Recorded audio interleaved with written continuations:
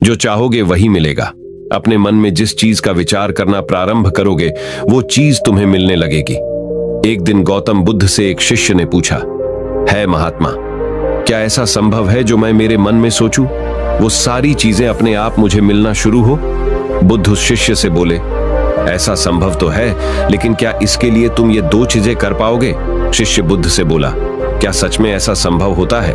अगर हाँ तो है महात्मा, मुझ पर कृपा कर मुझे बताइए ऐसा होना कैसे संभव है, मैं इसके लिए कुछ भी करूंगा। बुद्ध उस शिष्य से बोले, तो सुनो, तुम अपने मन में जो चाहो वो तुम्हें मिलने लग जाए। इसका पहला उपाय यह है कि तुम्हें अपने मन को अपने नियंत्रण में लाना सीखना होगा। जब तुम्हारा मन पूरी तरह से तुम्हारे काबू में आएगा तब उस दिन तुम्हें अपनी मनचाही चीजें मिलना शुरू होंगी। शिष्य बुद्ध से बोला, लेकिन गुरुजी, मन को वश में कैसे लाया जाता है और इस समस्या का दूसरा उपाय क्या है? बुद्ध शिष्य से कहते हैं, मन को वश में लाने का सबसे पहला और महत्वपूर्ण उपाय अपने इंद्रियों को संयमित करना होता है। तुम्हारे पांचों इंद्रियां जब तुम्हारे वश में होंगी तभी तुम अपने मन को वश में करने में कामयाब हो पाओगे। शिष्य कहता है गुरुदेव, आप कहते हो कि इंद्रियों को काबू में करने से हमारा मन हमारे काबू में आएगा और फिर जो मैं मेरे मन में सोचूं वो चीज मुझे मिलने लगेगी। लेकिन गुरुदेव, इंद्रियां तो मेरे काबू में है। मैं जैसे चाहूं वैसे अपने हाथों को, आंखों को या फिर पैरों को हिला सकता हूं, फिर मुझे जो चाहे वो चीजें क्यों नहीं मिल पाती?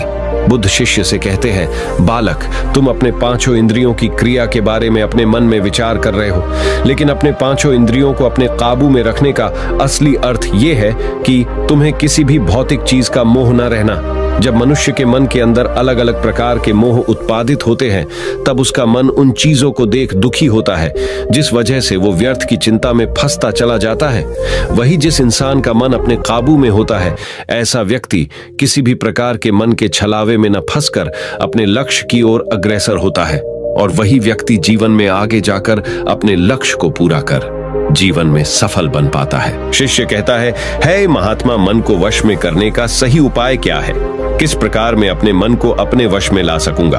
और गुरुदेव, दूसरा उपाय क्या है जिससे मैं अपनी मनचाही चीजों को पा सकता हूँ? बुद्ध शिष्य से कहते हैं, तुम्हें अगर अपने मन को वश में करने का उपाय पता करना है तो तुम सामने दिख रहे पेड़ के नीचे 1 महीना हर दिन 2 घंटों के लिए मौन रहकर ध्यान करना। जैसे ही तुम्हारे इन 30 दिनों का सफर खत्म होगा वैसे ही तुम्हें अपने मन को काबू में करने का उपाय मिल जाएगा। जिस दिन तुम्हें अपने मन को काबू में करने का उपाय पूरी तरह झांत हो गया, उसी दिन से तुम अपने मन में जिस भी चीज का विचार करोगे वही चीज तुम्हें प्राप्त होना शुरू होगी। अगर तब तुम पैसे के बारे में या फिर संसार में मौजूदा किसी भी चीज के बारे में अपने मन में विचार करते हो तो वो विचार तुम्हें अपनी मनचाही चीज को प्राप्त करने में तुम्हारी मदद करेगा। पर इसके लिए तुम्हें अपने मन को वश में कर पाना अत्यंत जरूरी है। जब तुम अपने मन को वश में कर लोगे तभी मैं तुम्हें दूसरे उपाय के बारे में बताऊंगा। शिष्य बुद्ध को प्रणाम कर कहता है, ये तो काफी आसान कार्य है। 1 महीना ही क्या, मैं 1 साल तक 2 घंटे उस पेड़ के नीचे बैठ सकता हूँ। आप मुझे आज्ञा दे, कल से ही मैं ध्यान में बैठने के लिए तैयार हूँ। बुद्ध शिष्य से बोले, ठीक है, तुम पहले 30 दिन उस पेड़ के नीचे मौन रहकर ध्यान करके दिखा दो, फिर हम आगे बात करेंगे। उस शिष्य को लगता है, गुरुदेव ने तो मुझे बहुत ही आसान कार्य सौंपा है, इसे मैं आसानता पूर्वक कर सकता हूँ, इसमें कौन सी बड़ी बात है? 1 महीना पेड़ के नीचे ध्यान ही तो लगाना है, इसे मैं आसानी से कर सकता हूँ। शिष्य दूसरे दिन गौतम बुद्ध को प्रणाम कर उस पेड़ के नीचे मौन रूप से बैठ गया। 3-4 दिन तक ऐसे ही चलता रहा। शिष्य हर दिन बुद्ध के पास जाता, उनको प्रणाम करता और उस पेड़ के नीचे जाकर मौन रूप से ध्यान करना प्रारंभ करता। लेकिन जब छठे दिन रोज की तरह शिष्य उस पेड़ के नीचे बैठने जाता है तब उस समय उसका मन बेकाबू होने लगता है। उसके मन में अलग अलग चीजों के विचार आना शुरू होते हैं।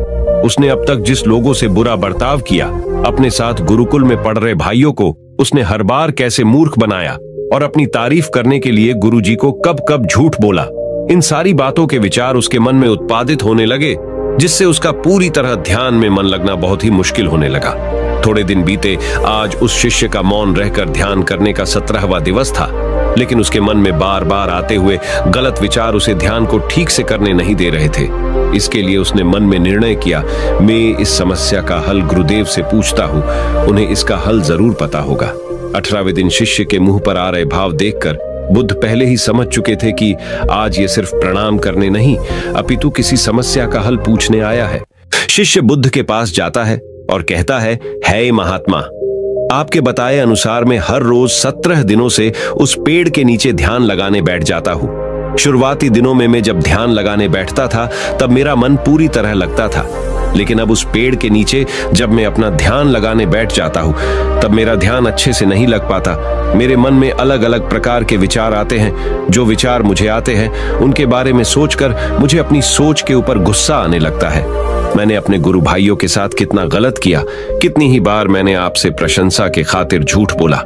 इन सभी गलतर विचार मुझे अंदर से ही मैं अब तक कितना गलत था इस बात को उजागर करते हैं, जिस वजह से मेरा ध्यान पर मन लगना। तो दूर में ध्यान करते समय इन्हीं विचारों से झुंझता रहता हूं। हे महात्मा, मुझ पर कृपा करें और मुझे इन गलत विचारों को अपने मन से पूरी तरह खत्म करने में सहायता कीजिए। बुद्ध शिष्य से कहते हैं, तुम्हें जब मैंने पहले दिन मौन रहकर पेड़ के नीचे बैठने के लिए कहा था तब तुम्हारे मन में किसी भी प्रकार के विचार नहीं आ रहे थे, लेकिन अब 18 दिन बीतने के बाद तुम्हारे मन में अपनी गलतियों के विचार उत्पादित हो चुके, जिसका कारण एक ही है। जब तुम अपने गुरु भाइयों के साथ मस्ती करते थे और सबको अपनी तारीफ करने के लिए झूठी कहानियां सुनाते थे, तब तुम शांत रह अपने मन से बातें न कर पूरे दिन गुरु भाइयों के सामने बढ़ावा करने में समय व्यतीत करते थे। लेकिन जब तुम्हारे अपने अंदर अपने मन से बातें करना प्रारंभ किया तो तुम्हें अपने आप ही अपनी गलतियों के बारे में विचार आने शुरू हुए, जिसका कारण एक ही है। व्यक्ति अपने आप से किसी भी सवाल को पूछता नहीं है। लोग शांत रहकर खुद से बात करना पसंद नहीं करते और दूसरों से अपनी समस्याओं का हल पूछकर उदास होते हैं। जब इंसान अपनी किसी भी प्रकार की समस्या का हल शांत रहकर अपने आप से पूछता है, तब उस वक्त उस व्यक्ति की बुद्धि खुद ब खुद उस समस्या को हल करने का रास्ता उस इंसान को बताना शुरू करती है। जब तुम अपने आप से बातें करना प्रारंभ करते हो तब तुम्हें खुद की अच्छाइयां और बुराइयां दोनों दिखना शुरू होती है, जिसका फायदा तुम्हें भविष्य में होना शुरू होता है। यानी जब तुम्हें अपनी गलतियां दिखती तब तुम उन पर शांति से काम कर अपने आप ही आगे बढ़ना शुरू कर देते हो, जिस वजह से तुम अपने मन में जिस भी चीज को सोचते हो उस चीज को प्राप्त करने का रास्ता तुम्हारी बुद्धि तुम्हें दिखाना शुरू करती है। बौद्ध कहते हैं, इसलिए मैंने पहले ही दिन तुम्हें बताया था, जैसे जैसे तुम शांत रहकर अपने मन से विचार करना शुरू करोगे वैसे वैसे तुम्हें अपनी मन चाही चीजें मिलना प्रारंभ होंगी। बुद्ध शिष्य से बोले, गुरुदेव, आपने मुझे दूसरा उपाय बताने का भी वादा किया था। मुझे लगता है वो उपाय इससे आसान होगा। कृपा कर मुझे दूसरा भी उपाय बताइए। बुद्ध शिष्य को बोले, मैं तुम्हें दूसरा उपाय तुम्हारे 30 दिन पूरे होते ही बता दूंगा। शिष्य बुद्ध को निराशा भरी नजरों से देखता है और वहां से चला जाता है। थोड़े दिन बीतते हैं। आज उस शिष्य के 30 दिन पूरे हो चुके थे। शिष्य बुद्ध के पास चला जाता है और बुद्ध से पूछता है, हे गुरुदेव, मुझे मेरा मन इतना हल्का क्यों लग रहा है? आज मेरे मन में पहले से कम विचार आते हैं और मेरे मन में किसी चीज को प्राप्त करने का मोह भी नहीं है। लेकिन गुरुदेव, दूसरा उपाय क्या था जिसे आपने उस दिन नहीं बताया? बुद्ध शिष्य से कहते हैं, दूसरा उपाय था ही नहीं, बस मैंने तुम्हें इसलिए दूसरे उपाय के बारे में बताया था क्योंकि तुम ध्यान के इस 30 दिन में भटक न जाओ। तुम अपने ध्यान के इन दिनों पूरी तरह से खत्म कर पाओ, जिससे तुम्हें अपने अंदर की आवाज को पहचानने में मदद हो और तुम जान सको कि ऐसा संभव जरूर है कि जो तुम चाहो वो तुम्हें मिल सकता है। लेकिन अपने मन को वश में करने के बाद इसके रास्ते और भी ज्यादा आसान हो जाते हैं। इसलिए इंसान का मन अगर उसके वश में हो तो वो अपनी मन चाही चीज को प्राप्त करने में समर्थ रहता है। वही दोस्तों, गौतम बुद्ध की इस कहानी को आप अपने परिवार या मित्रों के साथ शेयर करके उन्हें भी बुद्ध के ज्ञान से अवगत करा सकते हैं। अगर आपको अपने मन, बुद्धि या शरीर से संबंधित और गौतम बुद्ध के विचारों से संबंधित नई नई जानकारियां जानने में आपको इंटरेस्ट है तो इस चैनल के मेंबर्स को तुरंत ये जानकारियां मिलती है। अगर आप भी अपने शरीर, बुद्धि और मन से रिलेटेड जानकारी जानना चाहते हैं तो आप इस चैनल के मेंबर बन सकते हैं। नमो बुद्धाय।